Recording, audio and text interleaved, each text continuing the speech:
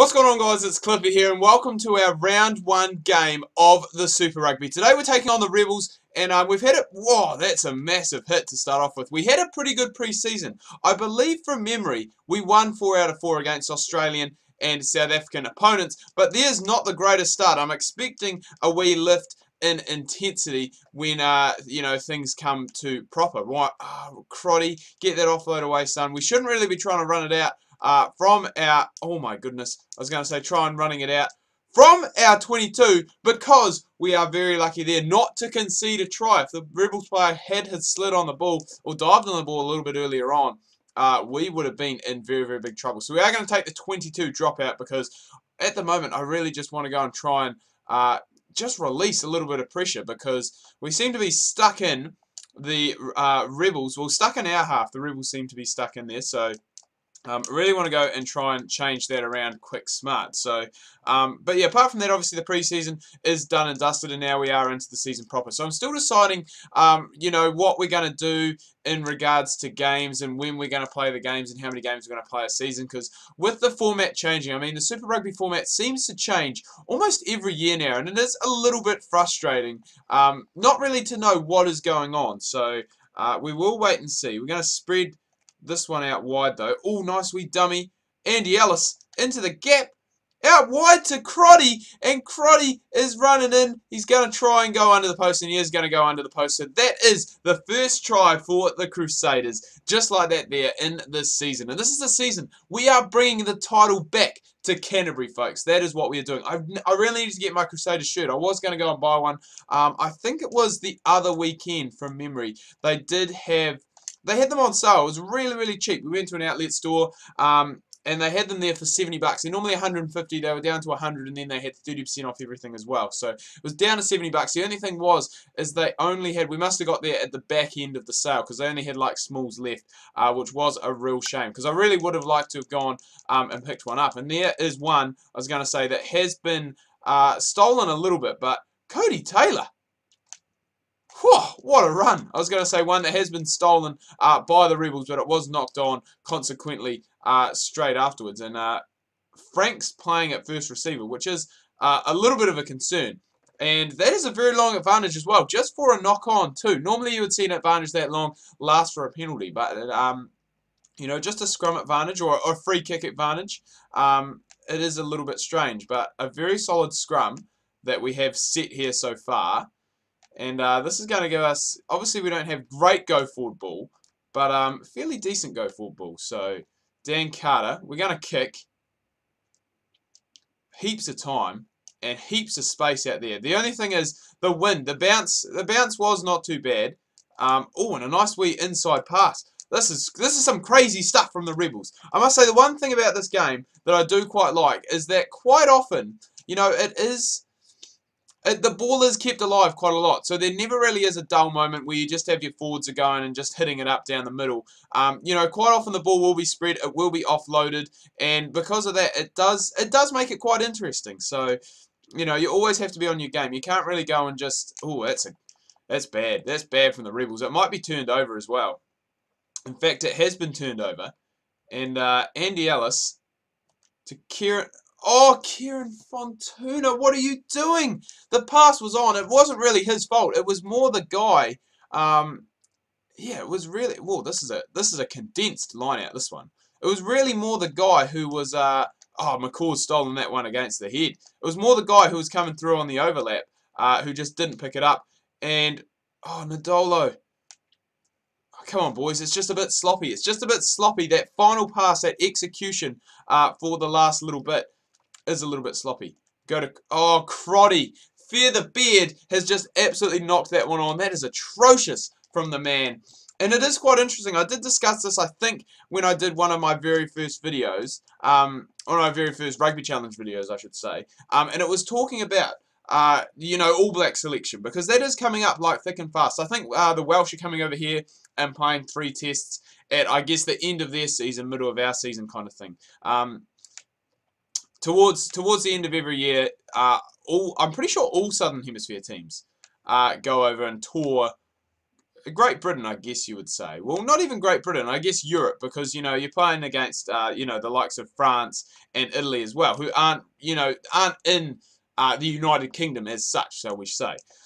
I think that's Ohio West as well, possibly. But yeah, it's very interesting. There's a lot of talk, because obviously Nonu and Conrad Smith, you know, still, I think both of them are still playing, but no longer eligible for the All Blacks due to playing overseas. So it will be very interesting to see. Oh, McCaw, Richie. Oh, unlucky Richie. It will be very interesting to see what happens with the combination there. And there's a lot of thought. Obviously, Ryan Crotty is a guy who has, you know, he does have All Black experience. He has played for them before. Oh, I would not want that. I would not want big Nemani Nindolo running at me just like that. A good tackle though, and that is the end of the first half. So 7-0. But back to that point anyway. You know, there is a lot of thought that possibly Ryan Crotty may, you know, he may get a berth because he has experience in there as well. He does have international experience, I should say, even if it is just off the bench or not as a starting player, not as a first choice player. But there are a lot of thoughts saying that that possibly he will go and fill that void. Personally, I would like to see a guy who has had a very good Super Rugby tournament so far. I think he has only played about 5 games for the Chiefs, and that is Charlie Ngatai. And he's a guy who I have been following, you know, a little bit in his career. He's always been a guy that has impressed me. I guess kind of reminds me a little bit of a Conrad Smith, you know, kind of player. He's not one of those big flashy guys. He's not going to go and make heaps of hit-ups, heaps of busts. Well, no, he may make heaps of hit-ups and busts, but he's not one of those guys that you're just going to use as a battering ram in the centres or at number 12. He's a guy who is, you know, very solid, knows his game very well, and very rarely makes mistakes. And I think that is, you know, that's where the Conrad Smith, you know, kind of player comes into it. Conrad Smith was a guy, you know, not the flashiest guys, technically very good, very sound, and very rarely made mistakes. You know, he was very good, as I said, defensively, offensively, always a good support runner. And he's just one of those guys who did the basics very, very well. And there's no way Whitelock's going to win this. He's so far over on that far side. And it's been kicked again. So that's actually a good kick. It may go too far, though. And it has gone too far. So we will come all the way back to where that ball was kicked for a scrum. There is no way you take a 22 dropout here when the ball is almost at the opposition 22. So plenty of time here. And I mean, we have only had that one try, that Crotty breakaway. And that's a very good scrum. Very good hit on. And we're just got to go and try and set something here. Our offload game has been very off today. I think quite often we do need to go and instead of offloading, really just try and, you know, take it into the tackle, I think. You know, take the tackle and just try and win it at the breakdown, which I thought we were going to possibly do there, but not the case. And now they're through. We've got to win this, surely. We've got loose forwards there. I was going to say, we have to win that. I don't know how we haven't won that, honestly, because there was so much. Oh, Nindolo. Squeeze on that, son. Love it. So much space. Where's that gone? There's no marker on it. Yes! High tackle! Beautiful. Send them off, ref. Yellow card. See you later. No? Okay, we are just going to take the kick for touch. And we do have to be careful here because the wind is blowing quite strong. So, obviously not the... Oof.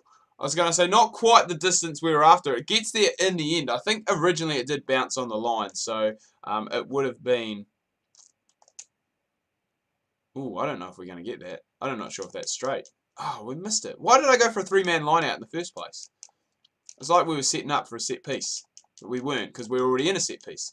But, yeah, I'm not sure if I did get to the fact. Obviously, Charlie Ngatai, I did get to the fact. You know, very solid player.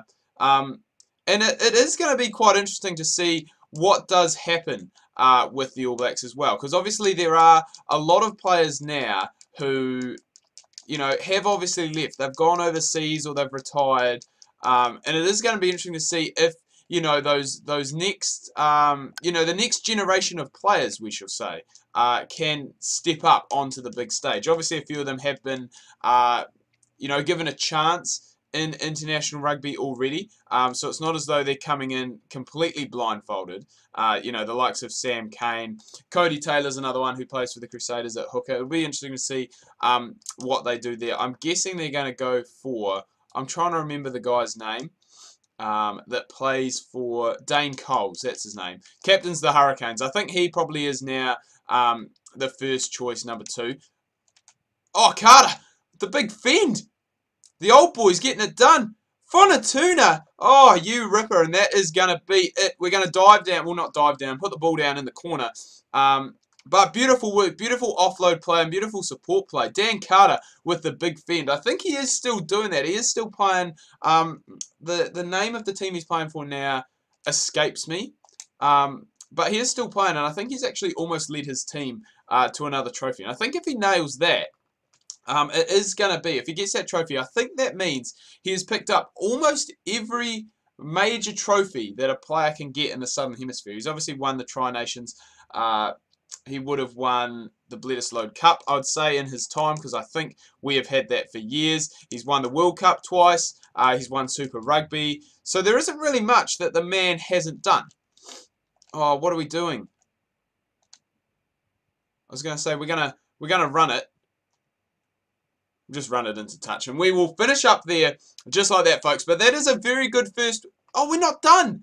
What the hell was I looking at? I swore that we were done.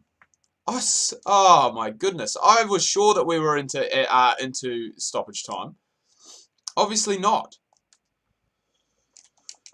Wow, I don't know how I messed that up so bad. Because it comes up orange as well. It's not like it stays the same colour. It definitely changes colour. Get in there, boys. Come on, win this. I can't believe that. I could have gone on and continued to talk about the topic I was just talking about, but instead, we're going to win that anyway. Win that one down in the breakdown. And we'll just run that one out. So now we are definitely done and dusted. Okay, so that is the game finished. We had the game finished twice, apparently. We had a phantom hooter, shall we say, in the background. But the Crusaders pick up a win in their first game of the season, so very well done to them. 14-0 against the Rebels at home. So we'll definitely take that on board. Look to move on from this as well and just carry on throughout the season very strongly, hopefully, and bring that title back to the great land of Canterbury. Anyway, guys, do hope you've enjoyed this video. If you have, please remember to leave a like. If you are new, please do subscribe. Make sure you check out my Facebook and Twitter links that can be found down below in the description. Hope you guys are having a good week so far. Make sure you tune in tomorrow. I've got more Don Bradman batting career coming your guys' way. Make sure you do not miss that.